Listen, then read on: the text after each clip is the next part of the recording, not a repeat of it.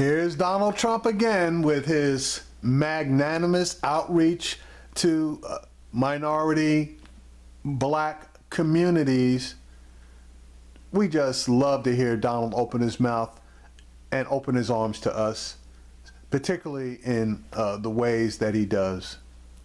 Here you go, Donald. We're going to work on the ghettos so you take a look at what's going on, where you have pockets of areas of land, where you have the inner cities, and you have so many things, so many problems. In the ghettos, you heard it right there, Donald Trump stumbling after the word ghetto, suggesting he was trying to regain his footing after he uttered a rarely used word. Here to talk about that and much more, senior editor, Business Insider, and MSNBC contributor Josh Barrow, and New York Times reporter Yamiche Alcindor. Ghetto, are we being hypersensitive, too politically correct here, or is Donald Trump just absolutely out of touch, and that's just bad? I mean, I think that this just is a continuation of the fact that he's been stereotyping where African Americans lived. When he was at the debates, he said that African Americans and Hispanics were living in hell. So this idea that he's now saying ghettos isn't really that far from what we've been hearing before. I just published a story about African American voters saying that they've heard this kind of language that Donald Trump is using all throughout their lives. People's teachers telling them, joking with them, you should go back to the ghetto. Third grade teachers telling you you're going to die before you're 18 because of where you live. So this is something that's really personal for African Americans, which is why he's polling at about 4% with African American voters. I got to be honest with you. I can't even believe he's polling at 4%. But, you know, I'll go with their numbers. But 4% to me seems like super high. Josh, why even do this? Why is Donald Trump going after this narrative? Here we are, the Obamacare premium hikes are a gift to Donald Trump. Low GDP is a gift to Donald Trump. Why doesn't he stick to those types of issues? Well, he has no message discipline at all. It's been like this for 16 months, and such as it is, it's worked for him. I mean, he won the primary without any message discipline. I think the campaign, in their performance of appealing to minority voters, in part it's been about white voters, especially college-educated white voters, trying to say, oh, you know, we're not racist. Look at us doing our appeals to black voters. And even if it doesn't actually work with black voters, maybe it convinces some white people that he is not too racist to be president. Not too racist to be president.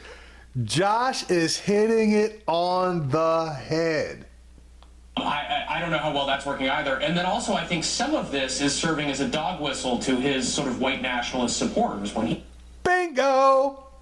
talks about black communities as being, you know, pathologized. I think that he's actually appealing to some white voters who do have racist attitudes. So I think there are several things he's trying to do with the message at once. I don't think that this is necessarily something that's not serving their objectives, even if it's not appealing to black voters at all. Josh knocked it out of the park. Josh's point, a lot of this has worked for Donald Trump before. Is Hillary Clinton's campaign getting a bit too confident here? We're looking at all this money now pouring into Senate races, going after, beating Marco Rubio. Should Democrats not focus on the race at hand? Donald Trump is a candidate like we have never seen, and it ain't over. Stephanie, the answer to that question is Hillary Clinton cannot get anything accomplished by herself. And the mistake that the Democrats made in 2012 was running away from Obama, okay, where they allowed the Senate to slide over to the Republicans. Clinton, at least, and her people, at least, are smart enough to realize that it does no good for her to win unless they can flip the Senate and cut down the numbers in the House. So strategically thinking is ruling the day in this particular case. Obama's out there going after Republicans that are in the House of Representatives, and he's also drilling down to the state level because we need to flip some of these state legislatures over into the Democratic column. Okay, we definitely need to knock down, though I do not believe that we're going to be able to flip the House. But if we can cut that House margin down to 15, 10 to 15, that is going to help tremendously as far as brokering deals. But we absolutely have to get the Senate Without the Senate, we can't do anything with the Supreme Court, and without having fundamental changes occur within the Supreme Court as far as the various rulings on voting rights, affirmative action, Citizens United, etc., we are going to be in a shitstorm world of trouble for the next 4 years. So that is the answer to your question. Yamiche, you answer the question.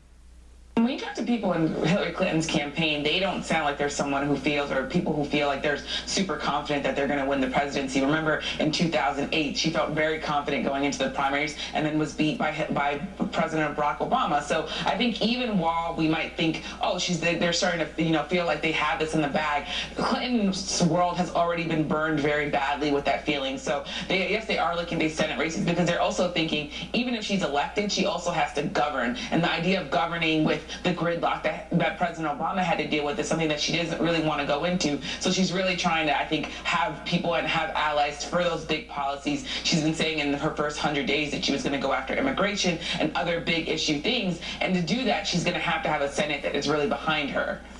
Give Yamiche a gold star. She hit it on the head as well.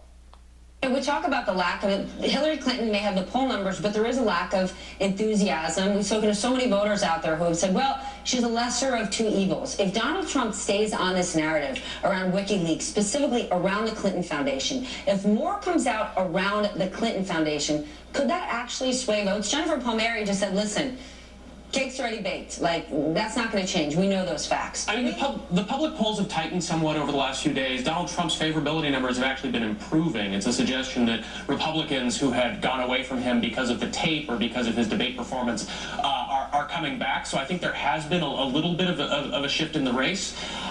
When you talk with insiders on the left and frankly on the right, people who are not inside the Trump campaign, they tend to say that the public polls overstate how much things are moving around and that there has been a sometimes modest but always clear Clinton lead throughout the entire race. So I think that the Clinton campaign certainly doesn't want to project an image of complacency because they want people to turn out and vote. Whether on the inside they are highly confident they're going to win this election, my suspicion is that they are, but they're actually, this narrative that the race is closing in, the Clinton people actually have an interest in getting people to believe that she's not by a head as much as she is. We got to go. Yes or no?